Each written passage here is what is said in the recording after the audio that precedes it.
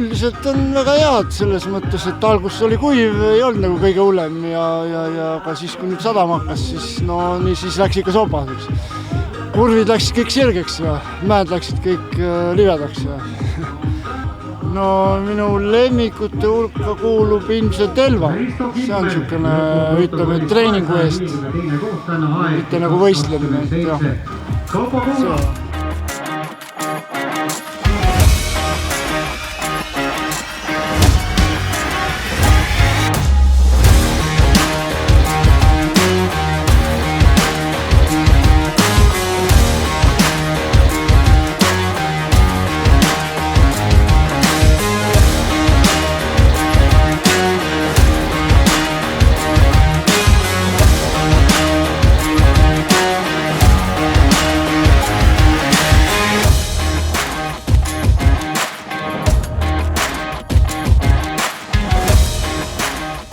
Või õnne Jostem, räägi, mis täna sai, kuidas sa panid oma varemuse täna maksma?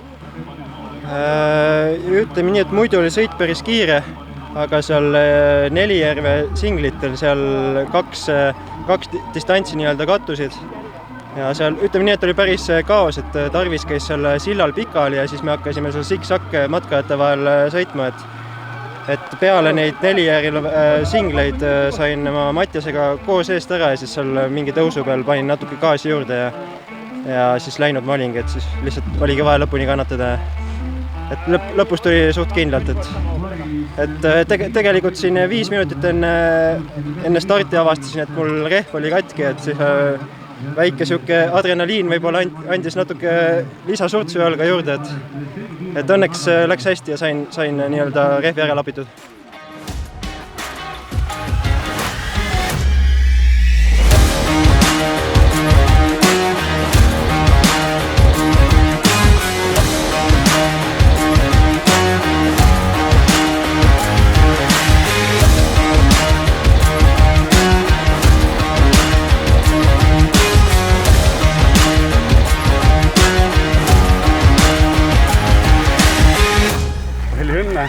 Missuguse emotsioonidega sa täna finišisse maandusid?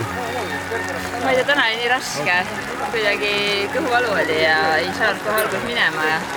Ja lõpus nagu läks natuke lihtsamaks, aga ikkagi jällegi väga raske etapp oli. Kas keegi sulle vastupanu osutas tänasel etapil vähem naiste seas? Ma ei tea, täna vist lõpuks vahe käris päris pikaks, et pigem ma ikkagi siin üritasin meestega jageleda, et meil ju lõpuks on naiskonna arvestus on ka tähtis, et siis täna oli jällegi iga koht oli nagu tähtis. Pigem mehed nagu ohustasid rohkem. See oli mingi eriline raja osa, mida tahaksid esile tõsta, et mis nagu oluliseks nagu oli? Üks muda mülgas oli, iga aasta ta on olnud siuke mülgas, aga seekord ei olnud kohe üldse sõidetav. Ja kuna seal on neid poolmaratoni sõiteid ka hästi palju, et siis oli siuke korralik laad seal mingi hetk. Ja seal nagu sai väga palju aega kaotatud, aga ma arvan, et igaüks seal pidi jooksma ja kaotas aega, et ei saanud väga sõita. Et see nagu jäi väga hästi täna meelde.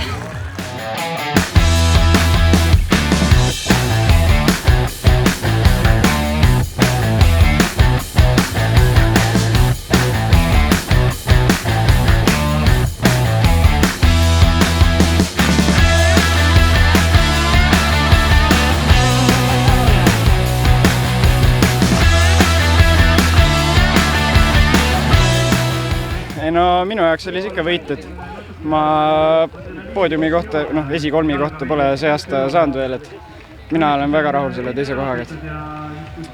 Mis rajal toimus? No esimesed kuni vahe, mingi 15 kilomeetrit oli ikka päris rahulik, et grupp oli suht suur ja ega keegi väga ei tahtnud seda tempot gruppi ees panna. Ja siis tuli mingi hästi suur mudaauk tuli, kus ma olin õnneks eespool ja siis ma seal panin kohe gaasi põhja, et enamus pidid seal jooksma ja siis saime 6 grupi keest ära. Mille hetkel Josten minema sai? See oli kuskil enne mäe finišit seal Nelijärve singlitel, et seal tuli mingi hästi mudane koht, poolmaratoni sõitjad olid ka seal sama lõigu peal ja siis Peeter Tarvis pani külili, siis seal oli igaüks enda eest, Josten pani must. Saime kahekesi Josteniga eest ära ja mul jäi tõusu peal liiga paljuks, et jäin siis üksi kuni lõpuni. See aasta sõit oli kõvasti lühem ja see tähendas, et me andsime kogu aeg täiega minna, et see pikkuselt oli just kui olümpiakross. Et puhata ei saanud ja. Mil hetkel esimesed oma nagu jõu maksma panid? Esimene raske koht on iga aasta Jänedal. Jäneda järve ääres lähme Mäkke, väga järsk. Seal läks punt pooleks ja sealt alates oligi, et nii kui mingi tõus tuli, siis oli kas Tarvis või Vaide maksid kohe tempot tegema. Ja viimane selektsioon toimus Mudasel lõigul, et hästi aegla Mudane lõik oli ja seal jäin maha.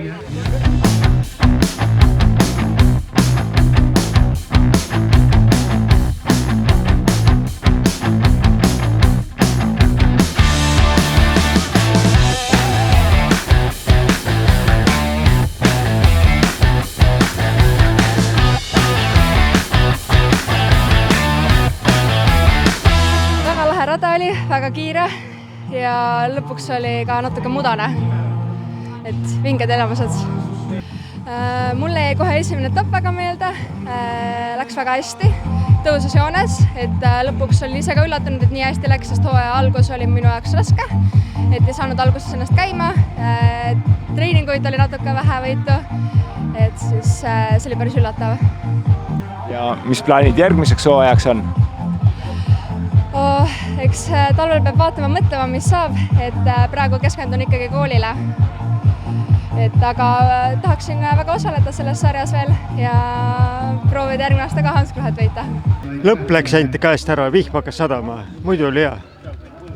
Ja ütleme, veetakistust ka rajal oli või? Mõned olid seal mudased kohad, aga see oli vähe köki-köki, ei olnud midagi hullu. Päris hea rada oli. Väga suju. Mingi 10 kilti enne lõppu hakkas vihma sadama, siis läks natukene keeruliseks, pikad siuksed laskumised siin. Lõpus pidin väga kiirust tagasi hoidma, et mudaga kiskus seda ratta väga virtu. Ja kuidas meeldis muidu? Väga hea. Valgehobusemaja on kogu aeg üks lemmikuid olnud. Kuidas tänane sõit oli? Kiire. See on siuke kihutamise rada. Et mõnus. Alati head. Ühest küljest hooaja viimane sõit, nüüd saab puhkama hakata peaaegu. Ja samast on siuke hea mõnus lõpetus. Pole väga raske. No ma ei oleks õige Eesti inimene, kui ma ei kritiseeriks ilma kõigepealt, et oli seda nüüd siis vaja 25. hooaeg, juubeli hooaeg ja näed, naksti enne audustamist hakkab tema sadama. Muidu oli ju stardis ilus ilm. No loodetavasti päris audustamise ajaks jääb ikka järgi, aga kui tegelikult ka, kui tervet hooaega vaadata, siis mina arvan, et nii koledat suve ei ole meil olnud ja nagu ma alustasin, et tõsiselt tahaks kritiseerida. Päikest peab olema rohkem. Ma pean siin juures kiitma muidugi oma etapi korraldajad, kes on väga tublid ja saavad igasugustes tingimustes hakkama. Veel tahaks lisada, et me kipume siin natukene ikkagi katsetama uusi rattasõidudistsipliine, mis turule tulevad ja millel on juba maailma meistrivõistlused, ma pean silmas gravelit. Et me ikkagi tahaksime seda ka hoida ikkagi oma sarjas ikkagi nagu ütleme pinge all või vaatluse all, et ilmselt järgmine hooaeg 6 etapist ikkagi 3 võiks olla natukene graveli poole suunaga, et lihtsamad rajad ja oleks võimalik gravelirattaga sõita, et hoida seda fookust ikkagi nendel, kellel on see graveli huvi üleval ja kas või isegi silmas pidades seda, et nad saaksid ühel päeval tiitlivõistlustele minna. Eksperimendid lätlastega tõenäoliselt jätkuvad, aga ilmselt enam mitte 2 etapiga, vaid 1 etapiga, mis toimub Valgas ja Valga-Valka nii-öelda. Et sinna kaugele Smiltenesse põhjaeestlased enam sõitma ei pea. Et me ju teame, et põhjast lõunasse on rohkem kilomeetrit kui lõunast põhja, et midagi teha ei ole. et tõenäoliselt tuleb see Smilteni asendaja etapp sinna põhja poole ja pigem graveli nii-öelda suunitlusega, et siis jääb ilusti võrdselt 3+3. Ja ega selle hooaja kokkuvõttes ei oskagi muud öelda, kui et jah, 25 aastat, see on terve generatsioon, kes on nemad meiega ja meie nendega üles kasvanud, et mitmed siit on ikkagi jõudnud ka väga kõrgetele profiklubidesse, nii mehed kui naised, nii et ma arvan, et midagi tõenäoliselt me teeme ka õigesti. Ja tahan kiita kõiki meie lojaalsed osavõtjaid, et aitäh teile ja tulge ikka ja hoiame ikkagi rattasõitu au sees, aitäh!